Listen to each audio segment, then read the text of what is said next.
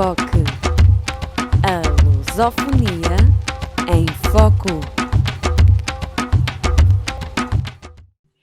Bem-vindos a mais um programa em Foque pela rádio Transforma.net. Hoje nós temos o prazer de receber novamente o professor Roberto Cardoso, do canal Pensando Alto. Que prazer recebê-lo de novo, Roberto. Seja bem-vindo. Prazer todo meu, muito obrigado pelo convite. Sempre que convidar, vou estar aqui. Muito obrigado mais uma vez. Uma honra. Obrigado. Nós, a Rádio Transforma, tem enorme prazer em estar consigo. O prazer é todo meu. Muito obrigado. E falarmos do Brasil. Vamos lá, sem problemas. E, sobretudo, de eleições, não é? Porque Sim. Estamos num momento efervescente, não é? Então, Roberto, agora, passado o primeiro turno, quem ganhou e quem perdeu nessas eleições? Praticamente a gente pode resumir assim: ninguém ganhou. Foi um resultado muito pulverizado. Todos os partidos tiveram participação muito baixa nos números de prefeituras que conquistaram. Não há um ganhador assim visível que vocês falam, nossa, esse crescimento aqui é significante. Não há um vencedor explícito. Mas o grande perdedor é o presidente da República, com certeza, né? O bolsonarismo tinha outros planos para essas eleições e deu tudo errado. Tudo que ele planejou deu errado, tudo que ele fez. Foi uma sucessão de erros bem grande com resultado catastrófico para ele. É catastrófico mesmo o resultado. Por quê? Por que é catastrófico? O que é que ele planeou e saiu errado? Porque, primeiramente, a ideia dele era difundir o bolsonarismo, que é essa filosofia destrutiva dele, pelos municípios. Então, interiorizar isso no Brasil. Sair de Brasília e interiorizar pelos municípios menores. O problema é que ele brigou com o partido onde ele estava, o PSL, Partido Social Liberal. Ele brigou dentro lá por dinheiro, por causa de verba. Os partidos recebem um dinheiro público para manutenção do partido. É proporcional ao número de deputados que eles conseguem eleger.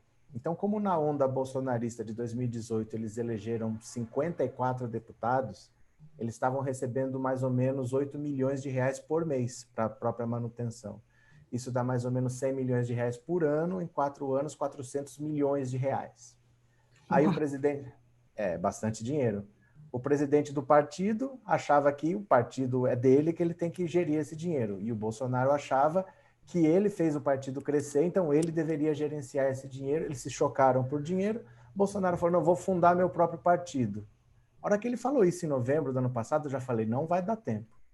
Ele vai querer fundar um partido, normalmente demora uns 2 anos o processo de fundação, é bem complicado fundar um partido, e ele tem que estar com o partido pronto até abril para disputar as eleições no final do ano, porque a lei diz que o partido tem que existir há pelo menos 6 meses para poder disputar as eleições. Ele nunca fundaria um partido em 5 meses. E não conseguiu realmente. Aí ele chegou às eleições sem um partido, ele disse que não ia interferir, não ia influenciar, aí ele mudou de ideia, disse que ia influenciar em uma capital ou outra. Aí depois ele começou a fazer transmissões no Facebook, fazendo propaganda de candidatos. Ele indicou 59 nomes e ele prejudicou esses candidatos. Na verdade, todos que foram apoiados por ele tiveram um desempenho pior. Eles caíram assim. É só você olhar e você ver o que foi o primeiro ano de governo Bolsonaro. Teve um voo em julho, estava indo para Portugal, de passagem, ia para o Japão. Um outro voo da mesma comitiva parou na Espanha, ninguém sabe por quê, tinha uma carga meio complicada, né? O oficial que estava transportando essa carga está preso até hoje na Espanha.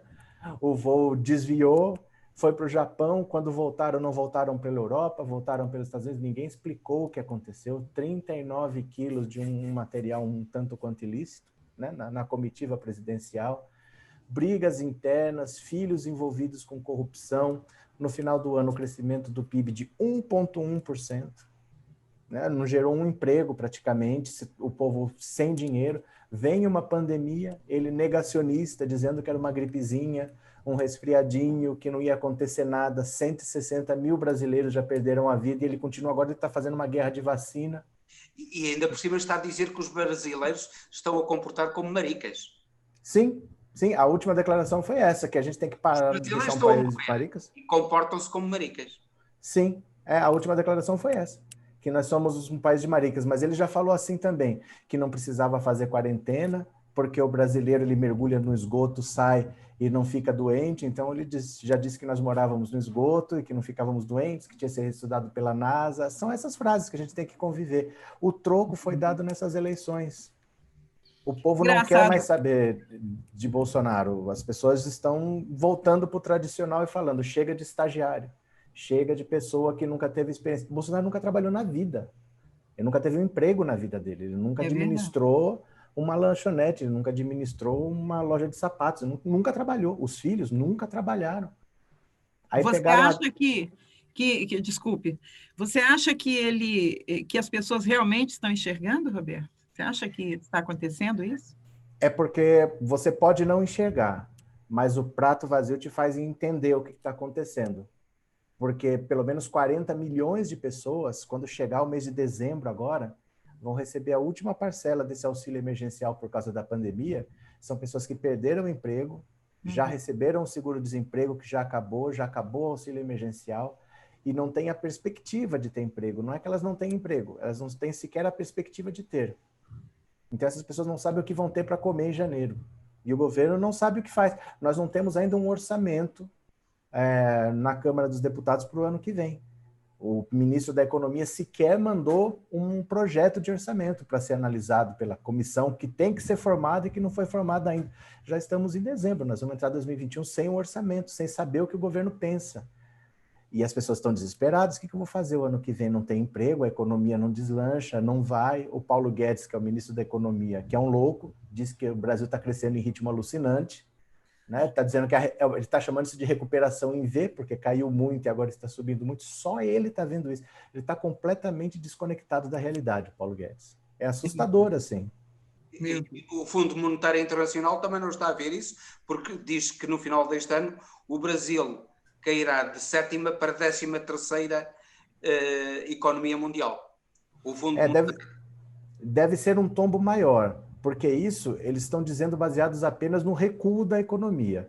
Mas como você tem a moeda se desvalorizando e eles analisam a economia em dólar, o tombo vai ser muito maior. O Brasil deve sair das 20 maiores economias do mundo. O preço está sendo muito alto por um governo completamente inexperiente, porque a gente nunca fez nada na vida. Nunca fez nada na vida. Diz que isso é fake news, que não é verdade. E esse discurso tem hipóteses de colar. É porque, assim, esse discurso não é para qualquer pessoa. É para aquelas pessoas especificamente que são influenciáveis, que são pessoas que têm medo, aquelas pessoas que falam assim, estão querendo nas escolas ensinar o seu filho a ser homossexual, estão querendo transformar todo mundo com uma tal de ideologia de gênero que ninguém sabe o que é, estão ensinando o marxismo cultural nas escolas para transformar o Brasil num país comunista. São, assim, medos ancestrais que algumas pessoas têm, e para esses que estão com medo, qualquer coisa eles acreditam. Então, o apoiador do Bolsonaro hoje é um cara muito específico, muito medroso, que tem um medo de um comunismo desde os anos 60, desde os anos 40. Getúlio Vargas usou esse discurso em 1937 para dar um golpe. Esse discurso ainda funciona, ainda há pessoas com medo do comunismo. Eles estão com medo da China, eles estão com medo de tomar uma vacina feita na China, gente. E ninguém diz que a China não tem nada a ver com comunismo? Não, eles estão dizendo que a Venezuela é um país socialista. Eu falo, mas quando é que aconteceu a Revolução Socialista lá que não me avisaram? Tem ações na Bolsa, as empresas venezuelanas têm ações na Bolsa de Nova York. De onde que eles estão vendo que a Venezuela é um país socialista? Estão dizendo que a Argentina é um país socialista. Então, daqui a pouco vão dizer que os Estados Unidos também, porque elegeram o Biden, vai ser o novo comunista da vez, né? O Biden é comunista também. É comunista, claro, o Papa. Aliás, a lista é imensa. A gente nem sabe mais o que quer dizer comunismo, né? Porque antigamente dava um trabalho danado você ser comunista, né? Agora não, basta discordar do Bolsonaro, é comunista. Ficou muito mais fácil. É, né? O medo ancestral. Quando você quer assustar uma pessoa, você traz essa palavra de volta. É um medo ancestral que ninguém sabe explicar, ninguém sabe definir, mas funciona. Então ele usa Engraçado que isso baseado no medo. funciona também muito nos quartéis, não é? Eles têm ainda esse discurso, o pessoal, os militares no Brasil vivem ainda a Guerra Fria, né? Eles vivem a Guerra Fria e eles têm um medo também de que a Amazônia vai ser invadida a qualquer momento pelos Estados Unidos. Então eles ficam desesperados do Bolsonaro estar tão aproximado com os Estados Unidos e sendo entreguista como ele é, tem a base militar de Alcântara, no norte do Facilitou Brasil. tudo. Ele pegou a chave e entregou na mão do Trump sem o Trump pedir. Ninguém Trump nem pediu. Não, ele foi lá e entregou. Os militares ficam desesperados, não sabem o que fazem. E aí estão achando que a China vai invadir pela Venezuela, vai entrar. É uma paranoia que não tem lastro na realidade. É assustador o que a gente está vivendo. Não, é um conto de fantasia.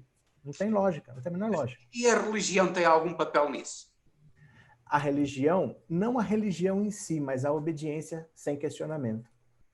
Porque tanto o militarismo, quanto as religiões, quanto o discurso pseudocientífico, o que elas têm em comum é a obediência, é acreditar sem questionar.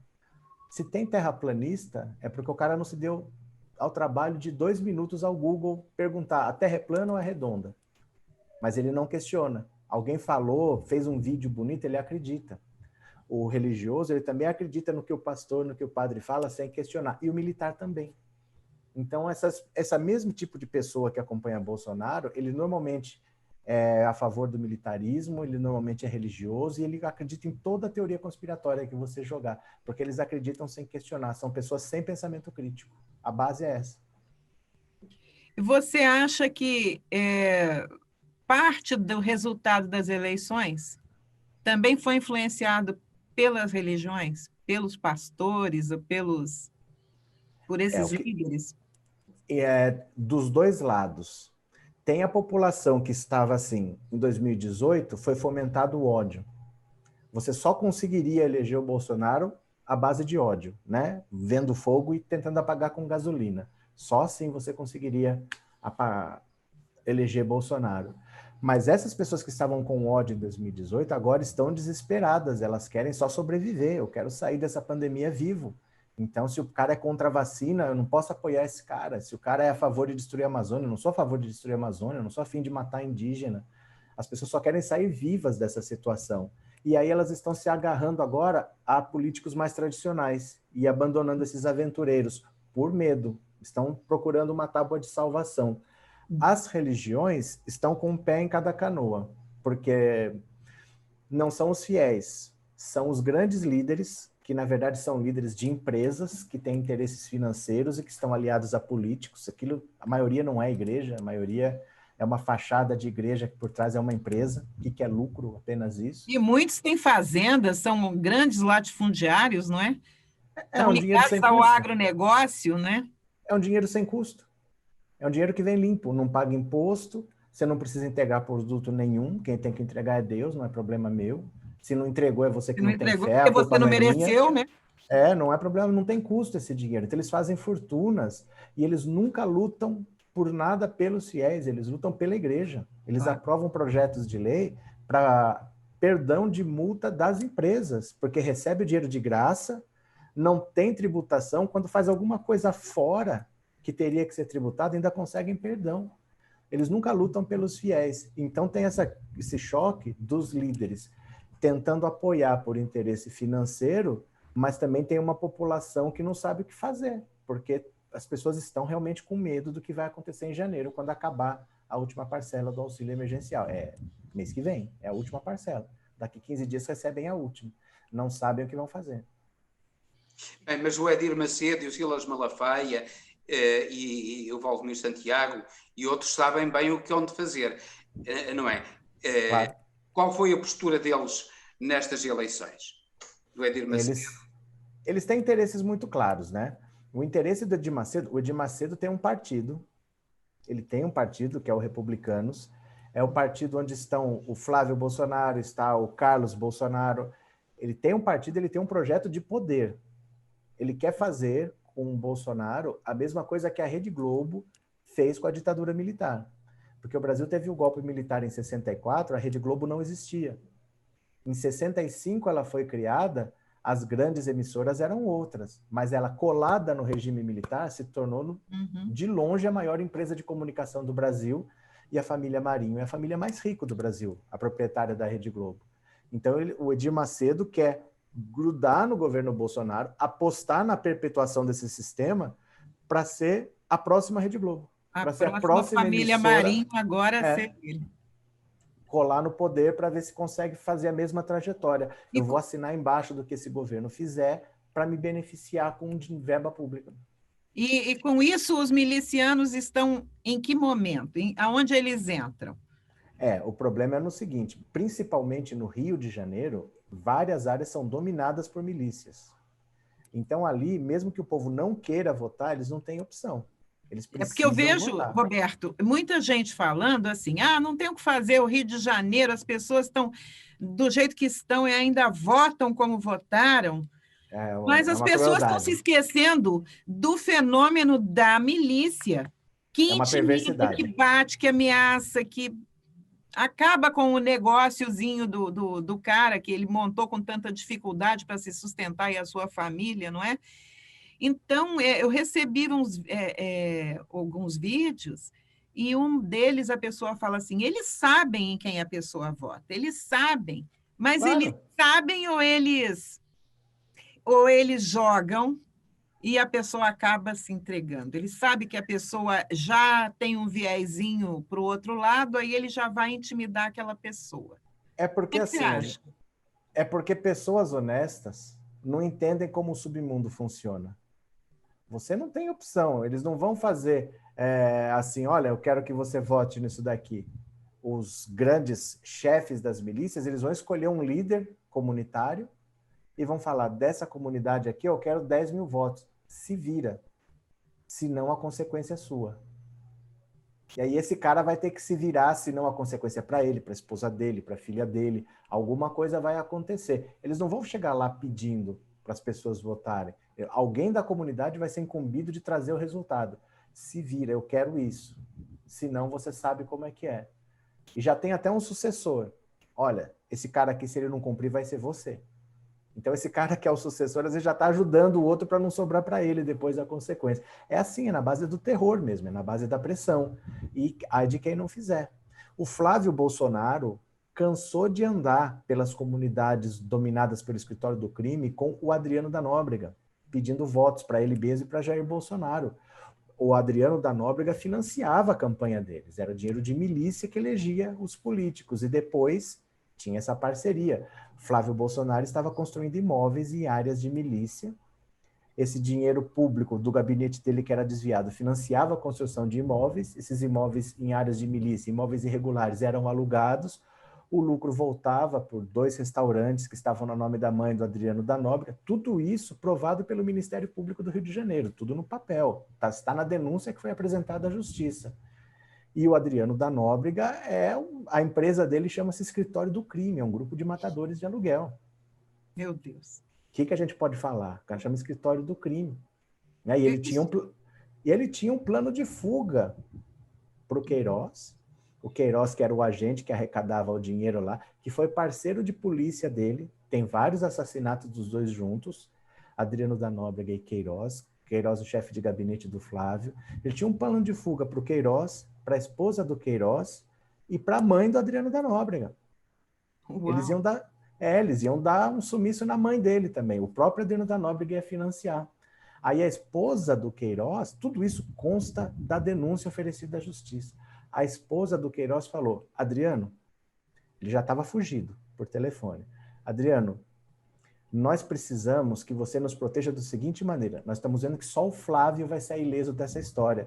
A consequência vai ficar para nós. Você arrecadou dinheiro e você pediu votos para o governador Wilson Witzel. Diga o nome de quem é a pessoa que cobra propinas para o Witzel, que nós queremos chantageá-lo. E ele falou, não posso falar. 2 meses depois ele foi assassinado. Vai vendo esse tipo, gente, isso é roteiro de filme hollywoodiano, é assustador. Sim, o Adriano da Nóbrega, ele provou do próprio veneno, não é? Mas quem lhe deu o veneno? Como é que está isso? A denúncia já está apresentada na justiça, agora vai ser marcada uma data para o julgamento. Não há mais investigação, não há mais dúvidas do que aconteceu. O Flávio está denunciado como líder de organização criminosa, crime de peculato. Peculato é quando você desvia dinheiro público para outra finalidade, ocultação de patrimônio e organização criminosa. Ele e a esposa dele, de 2010 a 2014, não fez uma única retirada de dinheiro da conta bancária dela. Nenhum saque de dinheiro. Em 4 anos. E enquanto ela não tirava um único centavo do banco, ela comprou imóveis com dinheiro vivo. É impressionante o tipo de bandidagem que tomou conta desse país. A esposa dele. Isso, as redes sociais, agora a Globo está contra o Bolsonaro, pelos vistos. Isso não aparece nas televisões e nas redes sociais? Não aparece porque uma das grandes emissoras pertence ao Edir Macedo, da TV Record. As outras, ele triplicou, quadruplicou as verbas publicitárias, e televisões são meios de comunicação em extinção. Toda a verba publicitária que ia para as televisões, que ia para as rádios, está indo para a internet. Então, essas empresas estão dependentes de verba governamental, e se o governo está despejando dinheiro lá, elas estão dando graças a Deus e não estão reclamando. Estão fazendo bonitinho para não ter se indispor com o governo que está mantendo vivas, porque são meios que estão em extinção. A televisão tem uma estrutura muito cara e não tem mais verba publicitária. A publicidade migrou para a internet. Então, elas estão fazendo de conta que não estão vendo nada, mas a denúncia é oficial e já existe. Até dezembro, até daqui 2 semanas, quem vai ser denunciado é o Carlos Bolsonaro. Uau. O Carlos Bolsonaro tem o mesmo esquema, porque assim, qualquer crime de um é o crime de todos. Porque é um bando, não é? Sim, porque o pai colocou todos os filhos na política e eles faziam o mesmo esquema. Mas a maior prova que o crime de um é o crime de todos é porque, assim, eles pegavam parte do salário dos assessores, mas eles também pegavam parte do dinheiro referente a férias, referente ao 13º salário, a gratificações, até restituição da cobrança do imposto de renda. E, para aumentar esse dinheiro, eles demitiam, aí tinha toda aquela verba indenizatória de rescisão de contrato de trabalho, e depois recontratavam a pessoa para pegar essa verba também. Só que a partir de 2003, a lei mudou no governo Lula. Você só poderia recontratar uma pessoa depois de 90 dias que ela tinha sido demitida. Então, o que eles faziam? O Flávio demitia um funcionário, era o Carlos que contratava. Aí o Carlos demitia um funcionário, o Eduardo contratava. O Eduardo demitia, quem contratava era o Jair. Eles faziam rodízio de assessor fantasma que não trabalhava. Eu demitia aqui, ficava com toda a verba e o outro contratava. E eles iam fazendo assim. Então, pela lei, eu não posso investigar o presidente da República. Mas quebrando o sigilo dos assessores do Flávio, eu vejo que todo padrão de movimentação financeira, enquanto esse assessor era funcionário do Flávio, também acontecia quando ele passava a ser assessor do Jair Bolsonaro. Toda a família está envolvida em todos os crimes. E a denúncia do Carlos vai ser apresentada até dezembro também. E o Carlos é engraçado porque, assim, ele era deputado, ele era vereador, o gabinete dele, parede com parede, com o de uma outra vereadora chamada Marielle Franco, que sempre ele odiou, que estava investigando a construção de imóveis irregulares em áreas de milícia e foi assassinada no exercício do mandato. Pelo escritório do crime. Pelo escritório do crime do Adriano da Nóbrega. E segundo consta, se ela não tivesse morrido, ela seria senadora. Não é? Ela muito provável. Ela tinha uma possibilidade de eleição muito maior do que do Bozinho, né? Então, quem seria era ela. Ele herdou os votos dela. Herdou, entre aspas, né? Isso. Mas é uma situação, assim, assustador quando você pensa o que ela estava investigando, o que ela estava descobrindo, e quem assassinou, que está preso. O cara que efetuou os disparos chama Rony Lessa. Ele está preso. Ele era do escritório do crime do Adriano da Nóbrega. Adriano da Nóbrega. Do Adriano. Que não tem nada, é só coincidência, está ligado ao Bolsonaro, né? É só uma coincidência. É uma maldade desse povo. Voltamos agora às municipais. Então, houve alguma coisa de novo e de bom nestas municipais? O principal fator é que essa onda bolsonarista passou. Porque se ele consegue realmente capilarizar essa influência pelos municípios, nós não estamos falando do Bolsonaro, estamos falando das milícias tomarem conta do Brasil. Bolsonaro é a favor da abertura do jogo no Brasil, não porque filosoficamente ele acha que o brasileiro tem que ter o direito de ir a um cassino, é porque ele quer entregar esse comércio para as milícias. Nossa. Ele quer fazer exploração imobiliária, ele quer acabar com árvores de preservação ambiental, porque é isso que interessa para as milícias. Então ele quer oficializar as milícias. E o fato dele ter regredido, ele saiu das eleições muito menor do que ele entrou. Essa é a grande notícia. Porque se ele consegue realmente, nós íamos ter um problema muito sério, mas não. A administração dele é tão ruim que ele conseguiu regredir. As pessoas estão com muito mais medo e não querem mais ficar apostando nesses malucos aí que ele está o Edir Macedo e o Silas Malafaia, eles, na altura oportuna, e os republicanos, por exemplo, tiveram alguma votação, eles, numa altura oportuna, apoiarão o Bolsonaro. Mas é porque, olha só, quando tem o interesse da família e os acordos que Bolsonaro fez, ele sempre opta pela família. Então, por exemplo, ele tinha prometido que ele ia indicar ao Supremo Tribunal Federal um ministro terrivelmente evangélico. E o Silas Malafaia elaborou uma lista de 3 nomes para ele escolher. Ele ignorou a lista. Ele indicou um ministro que vai proteger o Flávio. Ele é católico, ele não é evangélico. Não sei por que isso conta, mas para essa turma aí conta. É um juiz que é de uma linha garantista, que não vai mandar ninguém para a cadeia se todos os dinheiros do réu não estiverem 100% assegurados. Então ele colocou um cara, primeiro, jovem, de 48 anos, que vai ficar lá até fazer 75, então praticamente por 3 décadas ele vai ter alguém lá, até bem com currículo bem curto, porque normalmente você vai para o Supremo Tribunal Federal com mais idade. É um notável saber jurídico, né? No caso ali, o notável é a ligação. Nem ele esperava essa indicação, nem ele esperava. Mas é uma pessoa que Bolsonaro precisa ter lá para se safar na justiça. E com isso ele com quem contar. O Silas Malafaia tá louco da vida. Tá louco, ele tá desesperado, tava bufando por todos os lados. Considerou traição, como que ele indicou um católico, que ele desrespeitou a lista tríplice, e o cara tinha sido desembargador nomeado pela Dilma, então acha que ele é comunista, que ele é do PT, aí começa as paranoias, mas o Malafaia mesmo tá louco da vida, tá desesperado lá.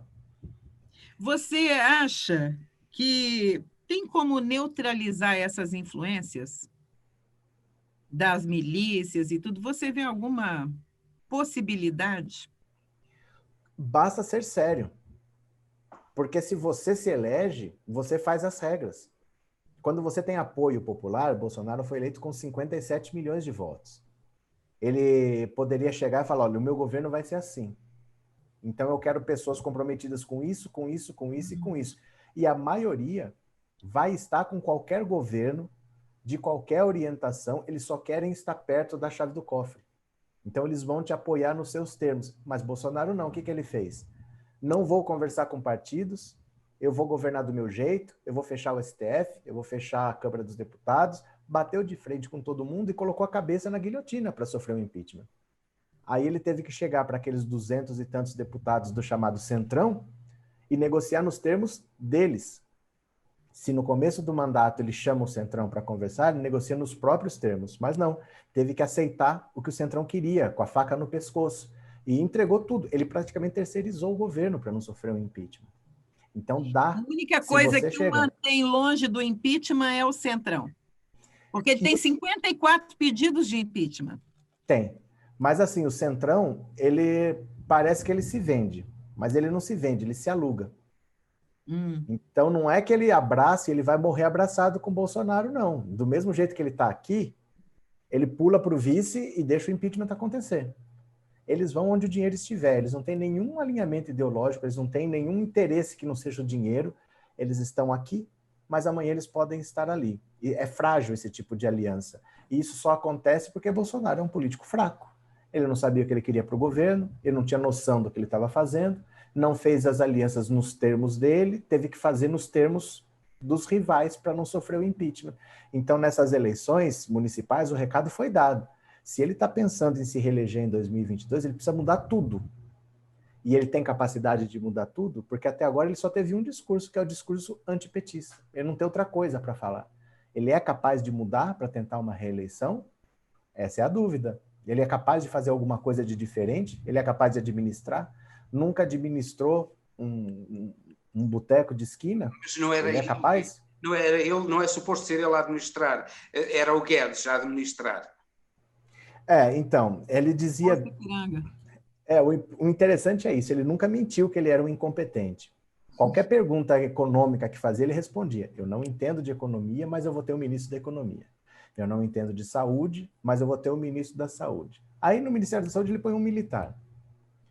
No Ministério da Economia ele coloca o Paulo Guedes, que nunca foi reconhecido por alguém que entende de economia. Paulo Guedes é um especulador do mercado financeiro, é uma pessoa que ganhou aplicando, tirando, passando dinheiro para lá, para cá. Isso não é entender de economia. Dando golpes em fundos de pensão, é assim que ele enriqueceu. Ele não entende de economia. E o Brasil está indo para o precipício. E aí, nesses termos, o que ele pode mudar? Qual é a capacidade dele de mudar? Ele é um incompetente que se cercou de incompetentes. E o recado veio agora, já foi a metade do mandato dele, e ele não conseguiu fazer nada do que ele prometeu, mesmo a pauta destrutiva. Porque o Paulo Guedes, com a economia neoliberal dele, falou que ia privatizar, que ia abrir a economia. Ele não conseguiu privatizar uma única empresa em 2 anos. Ele está lá só para isso. E, afinal de contas, está a ajudar, no fundo, as empresas, que era exatamente, e o sistema financeiro, que era exatamente o contrário daquilo que ele dizia. Exato. Exatamente. O principal ponto é esse. Mas tem mais um problema. Por exemplo, nós temos no Amapá um apagão provocado por uma empresa de fornecimento de eletricidade que é privada. E quem está socorrendo, na verdade, é a Eletrobras, né? O Estado que está lá resolvendo a situação. E o pior disso tudo é que se sabia da situação, da fragilidade do sistema elétrico lá do Amapá e nada foi feito. O governo simplesmente se cala. Tem mais um detalhe que eu gostaria de saber de você, se isso tem volta, que é o caso da Embraer, porque a Embraer foi vendida, foi devolvida. Mas devolvida em que termos? Quer dizer, depois que as pessoas tomam ciência de tudo que está sendo desenvolvido, todos os segredos industriais, tudo aquilo que era o máximo que a Embraer fazia, aí devolvem. A Boeing copiou todos os projetos da Embraer e devolveu. Todos os segredos, né? Como eu não quero mais. Porque é uma empresa construída com dinheiro dos brasileiros a um custo bastante alto, com tecnologia de ponta, estratégica, que praticamente não tinha concorrentes no mundo. Exatamente. A Boeing foi lá, copiou tudo e falou: eu não quero mais não. Fica aí de volta. Não, mudei de ideia. Pronto, devolveu, não pagou nada, copiou todos os projetos e, no fundo, o que eles queriam era isso mesmo. Aqui é sempre... não existe honestidade nesse tipo de privatização que eles fazem. No caso da Companhia Vale do Rio Doce, foi a mesma coisa. Privatizaram, deu a tragédia de Mariana e a tragédia de Brumadinho. Todo mundo sabia que aquelas represas de rejeitos estavam para se romper. Porque, assim, os administradores, eles vêm de fora para administrar aquela empresa, e se eles reduzem o custo e aumentam o lucro da empresa, eles recebem bônus gordos. Então, dane-se a qualidade, eu quero aumentar a lucratividade para eu ganhar meu bônus. Ano que vem, eu não sei nem que país eu tô. Eles fazem isso daí e vão embora. Vai estourar na mão de alguém, mas não vai ser na minha. Então, eu vou botar meu cheque no bolso, não vou reforçar essa estrutura, não vou gastar com isso. E depois eles vão para outro país. É mais barato indenizar do que fazer uma reforma estrutural ali naquela obra, né? Numa empresa, numa represa que pode romper, numa coisa qualquer, numa barragem. Alguém vai ter que indenizar, mas não sou eu. Eu já pus o meu cheque esse ano aqui. Eu já gerei lucro esse ano, o cheque desse ano eu já pus. Depois eu vou embora, não tem nada a ver com isso mais. Já saiu da empresa, às vezes está em outra É empresa assim e a que vida funciona a segue. gestão brasileira, a Perdão? gestão privada brasileira. Sim. Perdão, e pronto, já resolveu. É assim, vão para outro país agora vamos tocar a nossa vida e dane-se. Aí são 300 pessoas que morrem aqui, 700 que morrem ali. Ninguém se abala com isso, não. Essas São só privatizações... pessoas, não é? Não, essas privatizações que são feitas sempre são para favorecer um amigo. Nunca são empresas sérias que vêm para trabalhar com regras, com mecanismos de controle, de fiscalização, nunca são. É sempre para favorecer um amigo. Mas o recado foi dado. Nessas eleições municipais, para vocês terem uma ideia, o Carlos Bolsonaro, o vereador, se reelegeu, mas com votação 30% inferior em relação a 4 anos atrás. A ideia deles é que a votação dele fosse recorde, que ele tivesse a votação fantástica, porque quando o partido tem muitos votos, o partido tem direito a eleger vários vereadores, é uma eleição proporcional. Então, mesmo com pouca votação, alguns deputados seriam eleitos. Colocaram a Rogéria Bolsonaro, ex-esposa de Jair Bolsonaro e mãe do Carlos. Ela teve 2.000 votos, não adiantou, o Carlos não teve votos para eleger uma bancada, como eles pensavam. Tem a tal da Val do Açaí, que era Passou a ser uma funcionária... questão de família, não é? Então, Oi? passou a ser a eleição foi um negócio de família. Foi, porque assim, essas pessoas não podem ficar longe. Todo mundo que passou pela família Bolsonaro comprou imóveis com dinheiro vivo. O patrimônio é do casal. Todos estão cometendo os mesmos crimes de ocultação de patrimônio. Então venha para cá, fica aqui perto, pega mais um dinheirinho, o dinheiro compra a lealdade dessas pessoas. Então vamos tentar aproximar todo mundo agora. Todas as ex-esposas dele cometeram esses crimes aí. Essa Rogéria também tem imóveis comprados em dinheiro vivo, assim, 20 anos atrás. Mas não conseguiu se eleger. A Val do Açaí, que era funcionária fantasma do Jair Bolsonaro, veja, ela mora em Angra dos Reis, no Rio de Janeiro. O gabinete de Bolsonaro, em Brasília. Ela constava como funcionária no gabinete de Jair Bolsonaro. Ela tem uma loja de açaí lá no Rio de Janeiro. Para quem está em Portugal, que não tem ideia do que é, são 2.000 quilômetros de distância. Algo assim. Algo assim. Ela nunca saiu do Rio de Janeiro, provavelmente, mas ela era funcionária de Jair Bolsonaro. O jornal Folha de São Paulo foi lá na loja de açaí dela, comprou um açaí em horário de expediente lá na Câmara dos Deputados dela e fez a reportagem. E ele ficou louco. Ela saiu agora candidata a vereadora por Angra dos Reis, teve 200 e poucos votos, não se elegeu. Teve 78 candidatos que adotaram o nome Bolsonaro. Não são da família, mas tentaram pegar a onda. Só um se elegeu, de 78. Mas como é que ele quer colar o nome dele num caçador de corrupto, que o governo... Tem gente ainda com esse discurso, que desde que o Bolsonaro entrou, não há corrupção no Brasil.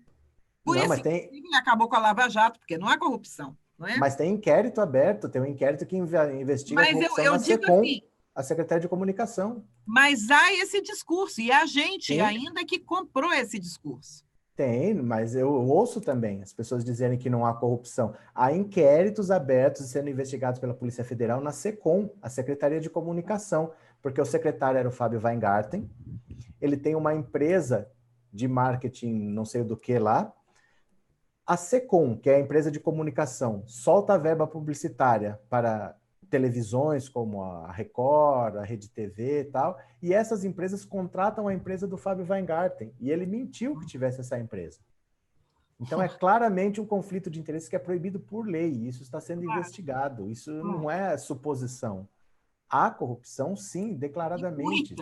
Muita. Há investigação em curso. Mas o grande problema é que isso parece nunca mais acabar no Brasil. Os processos demoram. Mas, assim, nem é tanto esse o problema. Porque, por exemplo, o processo de investigação do Flávio Bolsonaro já acabou. Está na justiça, vai para julgamento. O do Carlos vai se encerrar. O problema é que essas pessoas se negam a ver os fatos. Continuam achando que não vai acontecer nada porque não tem corrupção, porque essa família é honesta, essa família acabou com o comunismo. As pessoas se negam a ver os fatos, porque a situação deles é muito grave. A esposa do Flávio Bolsonaro, que não tem cargo político nenhum, ela não tem nenhuma salvaguarda legal. Ela pode ser presa a qualquer momento. O Queiroz está preso. A esposa do Queiroz está presa. As 2 filhas do Queiroz foram denunciadas. A esposa do Flávio pode ser presa a qualquer momento.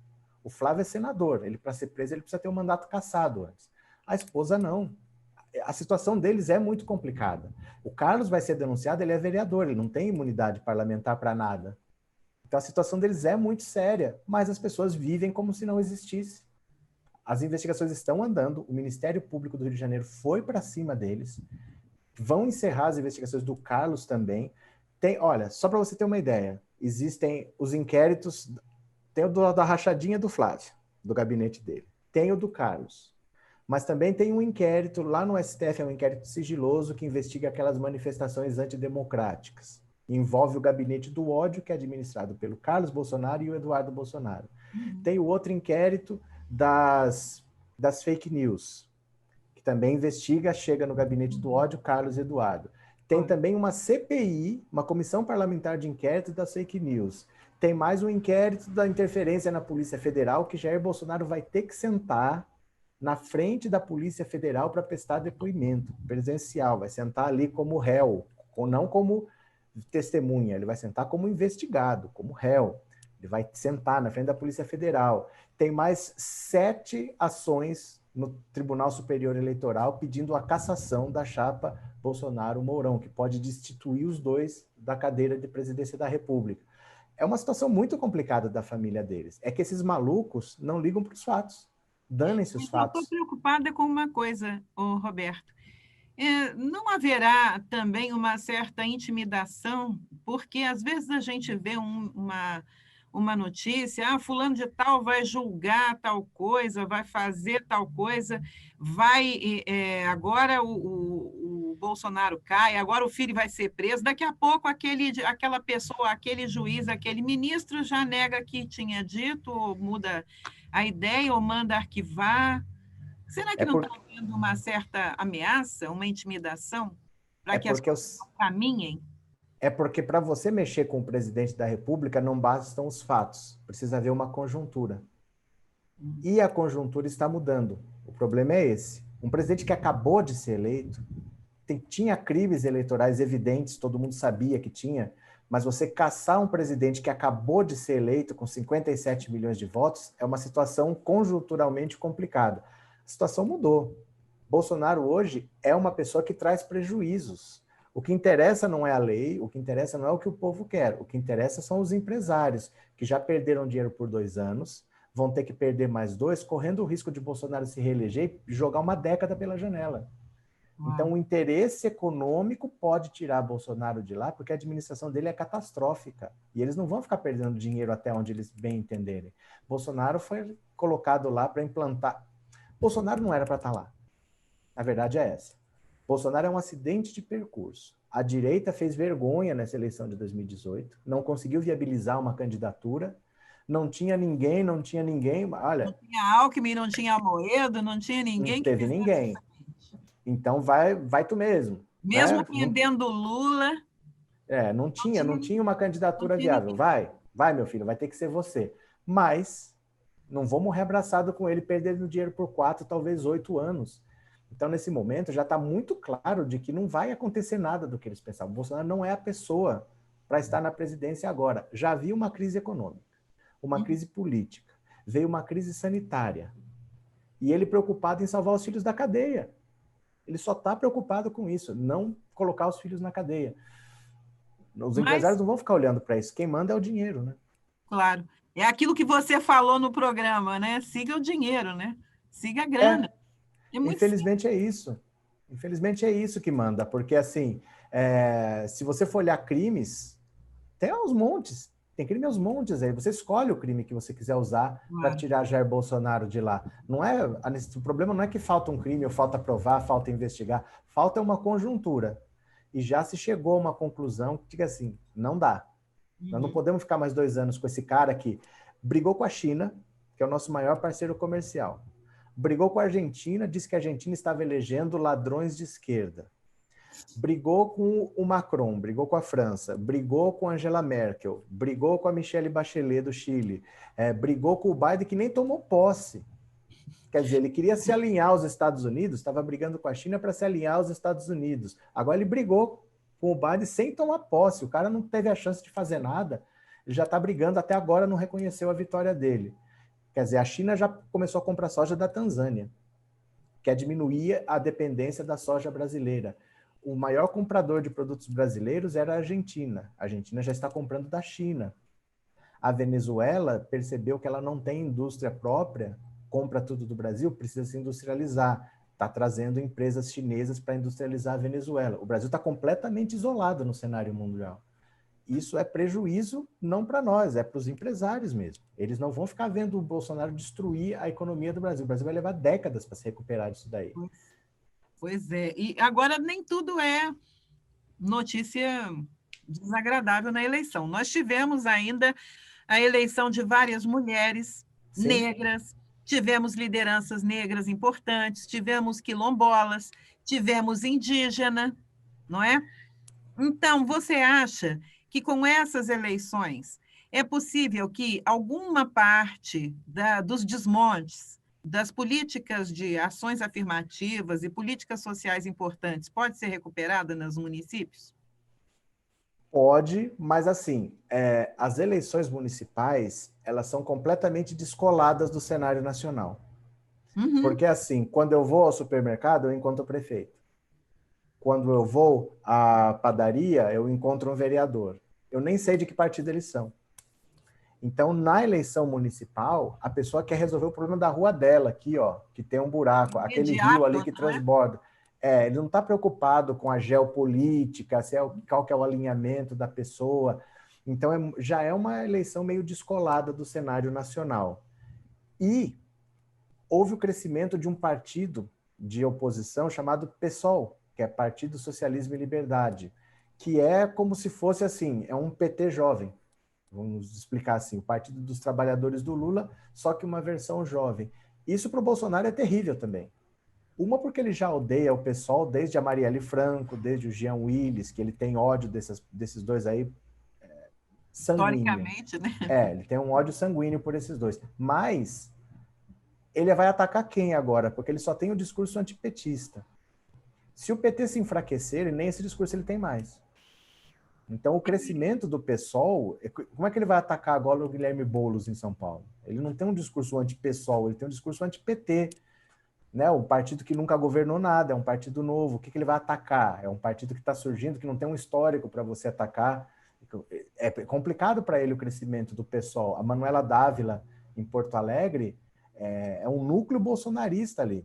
Ali esperava-se que a direita fosse deslanchar, mas não, ela é do Partido Comunista do Brasil. E engraçado é que até que dá um ânimo na gente, a gente olhando assim fala, bom, não cresceu tanto quanto gostaria a esquerda, mas tem um fenômeno importante, porque a Manuela, ela está enfrentando um cara forte. O opositor dela é forte. O Boulos tinha 16 segundos de propaganda, não é? Agora não, agora eles vão... estão ali em igualdade de condições, mas antes não. Ele, com 16 segundos, ele conseguiu chegar ao segundo turno. Mas veja só, tanto a vitória do Boulos de conseguir chegar em segundo lugar é contra o bolsonarismo, ele jamais gostaria de alguém do PSOL lá, como também a liderança do Bruno Covas também é uma derrota do bolsonarismo, porque o Bruno Covas é do partido do João Dória, do PSDB, que é inimigo mortal, são dois possíveis candidatos à presidência da República em 2022. Um tremendo desafeto, né? Que agora até por causa dele, a vacina entrou na baila, né? Então, o Bruno Covas, ele só governou por 2 anos, porque quem se elegeu prefeito foi o João Dória, aí depois ele foi ser governador, ficou o Bruno Covas, que ninguém conhecia, estava fazendo uma administração sem brilho, opaca, esquecível, mas ele apareceu na pandemia, fazendo exatamente o contrário do que o Bolsonaro queria. Bolsonaro falando que tem que trabalhar porque é uma gripezinha, e ele fazendo isolamento. Então ele fez tudo ao contrário e está colhendo os frutos. Então, o Bolsonaro está perdendo duplamente em São Paulo, que é a maior cidade da América Latina. Tanto, os dois adversários são derrotas pessoais para ele. Então, a gente pode, em última análise, dizer que a pandemia também teve um fator preponderante nessas eleições. Não só aqui. No mundo, quem apostou contra o vírus perdeu. Em todos os lugares, quem apostou contra o vírus perdeu. Não tem ninguém que apostou contra o vírus e ganhou. Em grande parte, a derrota do Trump é muito isso. Porque os americanos, a hora que eles acham que resolveu, vem outra onda, e a economia fecha, e lá eles não têm praticamente assim salário fixo, eles ganham por hora, na maioria dos casos, não trabalhou, não ganha. É uma situação complicada lá internamente, né? E você falar que não é uma gripezinha, que isso vai passar, eles estão com um problema muito sério lá. Em grande parte, a derrota do Trump tem a ver também com a epidemia. Quem apostou contra o vírus no mundo perdeu. Mas há aqui algo de importante nestas eleições.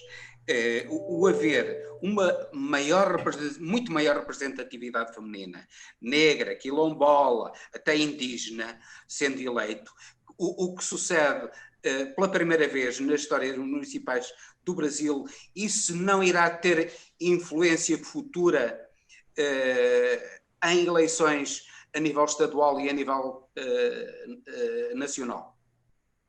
É porque, assim, o Brasil sempre se negou a encarar esses problemas. Mas a internet está jogando esse problema na cara do brasileiro. Antes, quando você só tinha uma voz oficial, normalmente a Rede Globo, ou os livros didáticos que traziam uma história oficial completamente diferente da história real, você conseguia controlar a narrativa, mas a internet está esfregando na cara das pessoas que o Brasil não é o que o brasileiro pensa. O brasileiro construiu um conto de fadas de um país harmônico, em que todo mundo é simpático, todo mundo é solidário, que não é verdade. O Brasil é um país de um povo extremamente racista, um povo extremamente homofóbico, um país muito complicado, muito violento, pessoas agressivas. O brasileiro não tem essa imagem que o próprio brasileiro construiu de si mesmo. Isso está cada vez mais evidente. Então o brasileiro está vendo, olha, nós temos isso aqui, mas nós não aceitamos, nós vamos tentar mudar de algum jeito. Eu não estou gostando disso que eu estou vendo. Mas Bolsonaro deu voz... Bolsonaro deu voz para muita gente, mas ele também é um espelho para você ver e falar, mas eu sou assim, eu quero mesmo que massacrar os indígenas do Brasil, eu quero destruir a Amazônia, eu sou a favor disso, do dane-se, vamos para cima, do nosso jeito, eu sou a favor disso. Então ele está servindo de espelho também. Ele dá voz, mas ele também é espelho para muita gente. Ele sempre negou que houvesse racismo, que houvesse xenofobia, que houvesse preconceitos. Xenofobia também, Henrique. Homofobia. Também há, porque existe um discurso aí. E ele, aqueles discursos que ele fazia contra as quilombolas, nomeadamente, ora bem, esse discurso perdeu, sem dúvida nenhuma, nestas eleições. Sim, há um discurso, uma técnica, um sistema que caducou. Essa história de que nós vamos fazer do nosso jeito e dane-se que os outros pensam, que eu faço o que eu bem entendo, não tenho que responder a ninguém, e eu sou macho e eu que faço as regras, e eu não estou me preocupando com o direito desses gays aí, desses negros aí, desses não sei o que aí. Esse sistema fracassou. Não deu certo. O Brasil está completamente isolado no cenário mundial e internamente as pessoas não aprovam isso. Foi assim, salutar, apesar das consequências. Apesar das consequências, foi salutar, porque o Brasil se olhou no espelho pela primeira vez em 500 anos. O Brasil viu que tem um problema que ele empurrava para debaixo do tapete. Então foi necessário. O Bolsonaro disse que os africanos nunca nem pisaram em Angola, em Moçambique, nada, que eram os próprios negros que prendiam eles e vendiam. Falaram, lá eles falam português, fizeram um curso online, será? Os portugueses nunca foram à África. Não, nunca foram, não. Fizeram curso online para aprender português lá. Um discurso de louco, mas assim, que se provou que é falso. É um discurso que não tem lastro na realidade. Mas que muita gente ainda acredita. Quer dizer, a maioria pode ter dinheiro, mas não tem cultura, né? Um povo que inculto, não lê, não busca, então acredita em qualquer discurso bobo, né? Fácil. E o prejuízo está no bolso. Porque hoje em dia, qualquer acordo que você faça tem cláusulas ambientais, tem cláusulas sociais, cláusulas de sustentabilidade. Então, por exemplo, mesmo no Mercosul aqui, se ele fizesse isso que ele queria de dar um golpe, no dia seguinte nós estaríamos fora do Mercosul, porque há cláusulas democráticas. Ele quis assinar um acordo com a União Europeia, os países não vão assinar porque há cláusulas ambientais envolvidas. Então não dá para fazer o que ele quer, simplesmente é inviável. Esse sistema se provou inviável. Claro. E a consequência é financeira para quem tem dinheiro, né? Ele se associou aos piores empresários, que são madeireiros, que são invasores de terras. Ele se aliou a esse tipo de empresário, que é empresário bandido. Garimpeiros que estão invadindo terras indígenas, de povos Sim. isolados, né? E isso, assim, ó, é uma coisa que as pessoas não sabem. Uma reserva indígena, ela não pertence aos indígenas. São terras que pertencem à União. Então, quando você tem indígenas ali, você tem alguma área que eles vão usar enquanto eles estiverem ali, mas eles não podem comprar, vender, eles não podem fazer nada daquilo. É uma reserva. A única diferença é que há pessoas que moram ali. Poderia ser um parque só, né? Um parque nacional, só que há pessoas que moram ali. Se essas pessoas não morarem mais ali, não há necessidade da reserva e você pode explorar. Então, é uma política de Estado o genocídio indígena. Ele quer eliminar essas pessoas para não ter que ter áreas reservadas para ninguém, para poder transformar tudo em plantação de soja. É uma política de extermínio, sim. Não tem que ter meias palavras com isso. Não, mas é verdade, não é? Tem aldeias que quase todo mundo foi infectado, sobraram poucas pessoas, porque se eles morrem de gripe, imagina num Covid, né? 19, uma coisa assim. Então é a política. Olha, estamos a aproximar-nos do fim. Eu gostaria que me dissesse o que esperar do segundo turno, quem alinha com quem, qual a importância do fator Ciro Gomes no segundo turno, o que é que se espera deste segundo turno? Olha, a experiência mostra que o primeiro turno é uma eleição e o segundo turno é outra eleição. Importa pouco o que aconteceu. É lógico que se alguém chegou com muita vantagem, assim, algo como 15 pontos percentuais, muito difícil você ter uma virada. Mas, em geral, é uma nova eleição. Quase que começa do zero, são novas alianças. Então, nós não temos ideia do que vai acontecer. Além disso, são eleições do Covid. Campanhas feitas de maneira diferente, não se sabe se vai ter uma abordagem corpo a corpo, como que vai fazer. É uma campanha estranha, é uma campanha atípica, fora do tempo, as eleições foram adiadas. Estamos tateando no escuro. Nós não sabemos o que vai acontecer, se esses apoios importam. O Guilherme Boulos, em São Paulo, ele vai ter mais tempo de televisão agora. Não sabemos se isso é relevante. Será que é a internet que é relevante? Será que é a televisão? Nós estamos tateando no escuro. É muito difícil fazer um prognóstico. Inquestionável é a habilidade dele nos debates, né? Dele, da Manuela, né? Da Marília, entre outros. Agora, uma coisa que me encabulou um pouquinho é que o Flávio Dino, que é um excelente governador, não conseguiu também fazer uma grande promoção dos seus aliados, né? De quem ele apoiou. É porque é muito difícil essa transferência de votos numa eleição municipal. É bem provável que, por exemplo, que se fossem eleições estaduais ou nacionais, essa transferência fosse mais fácil. Mas na eleição municipal, o cara não quer o candidato do fã, quer o cara que vai resolver o buraco dessa rua aqui, ó, que vai canalizar aquele córrego ali. Né? É muito mais pragmático. É muito difícil essa transferência de votos. E Bolsonaro apostou tudo nessa transferência de votos e foi um fracasso. Mas um fracasso assustador, assim. Nunca vi um fracasso tão grande. Ele virou o Mick Jagger, né? Que para quem ele torce, perde. O Bolsa Jagger. O Bolsa Jagger. Enfim. Tem mais... um pouco... Não, assim, essas eleições, tudo que está acontecendo esse ano está acontecendo de maneira atípica. Você vê os campeonatos de futebol começaram de uma maneira completamente maluca. Barcelona tomando goleada de 8-2, porque estava todo mundo treinando em casa. Um treinamento completamente atípico, né? Não podia se reunir. Agora os jogos são sem público. Estamos tendo aqui decisão por pênaltis. Está sendo 10-9, 11, ninguém erra, porque não tem público, não tem ninguém gritando. É tudo diferente. Então, essas eleições, é difícil você fazer prognóstico, porque ninguém sabe exatamente como fazer campanha. A campanha tradicional que sempre se fez vai dar resultado? A campanha na televisão ainda impacta como impactava? As redes sociais vão influenciar ou não? Ninguém sabe. É um voo cego, realmente. Mas a pandemia influencia estas eleições. Influenciou estas eleições.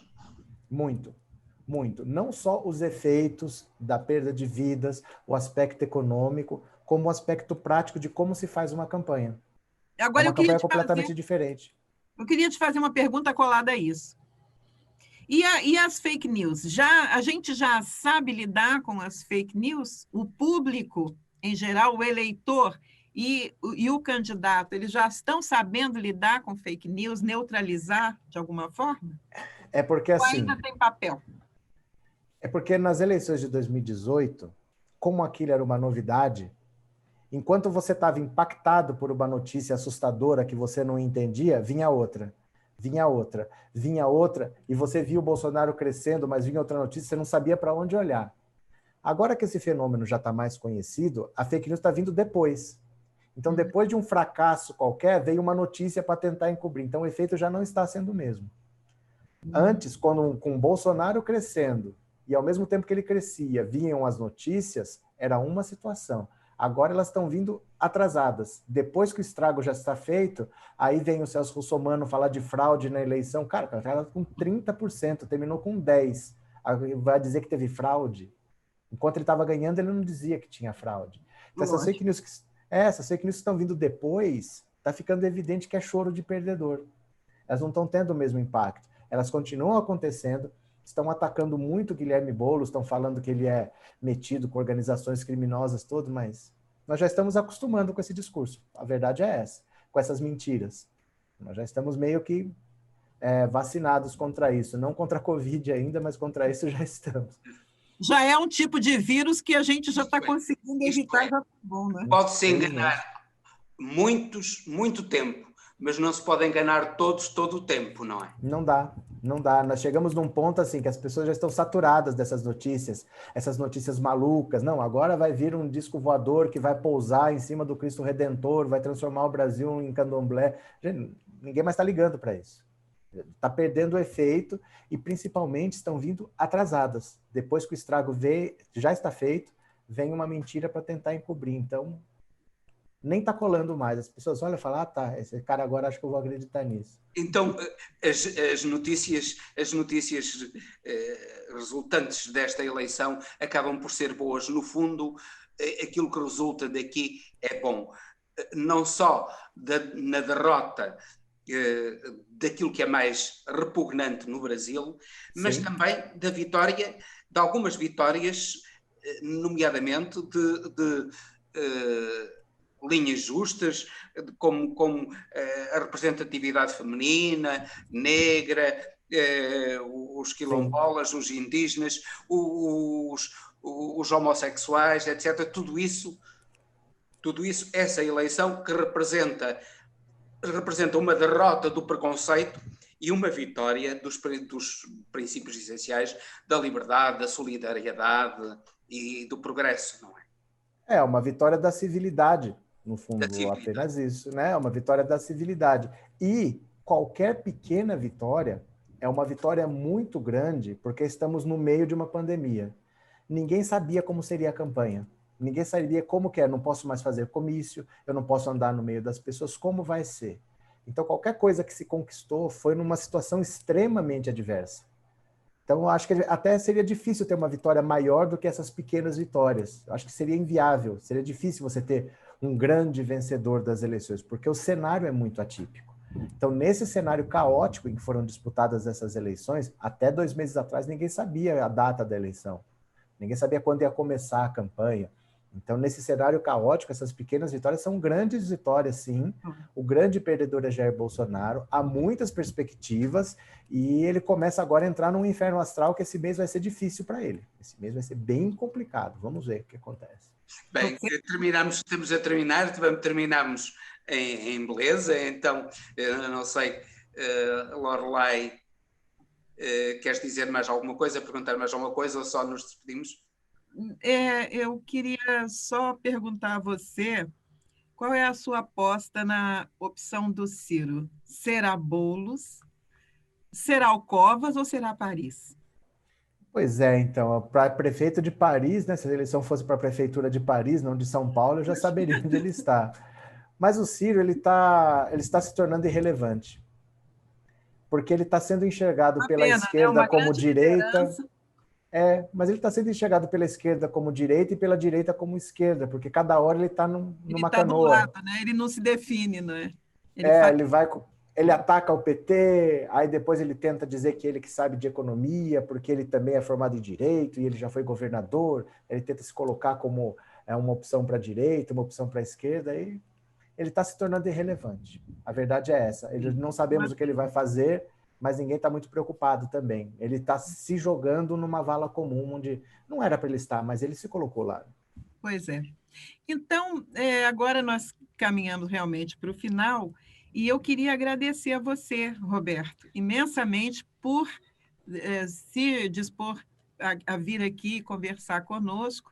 Gostaríamos de recomendar a todos que também acompanhassem, seguissem o Roberto no seu canal Pensando Alto, e que voltem, nos curtam, comentem, mandem perguntas, interajam conosco nas redes sociais. Estamos no YouTube, estamos no Instagram, no Facebook, e estamos aguardando a sua participação conosco.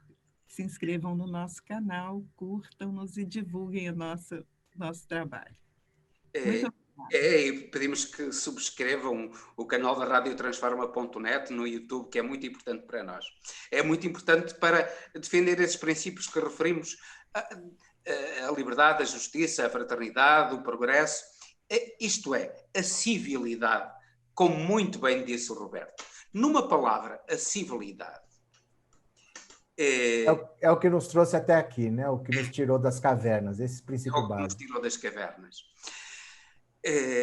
Muito obrigado, Roberto. Foi excelente conversar consigo, foi um prazer enorme conversar consigo.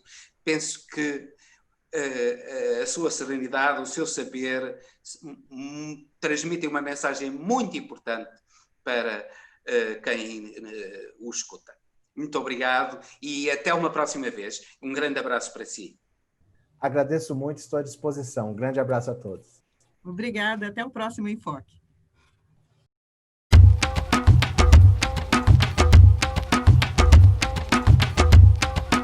Enfoque. A lusofonia em foco.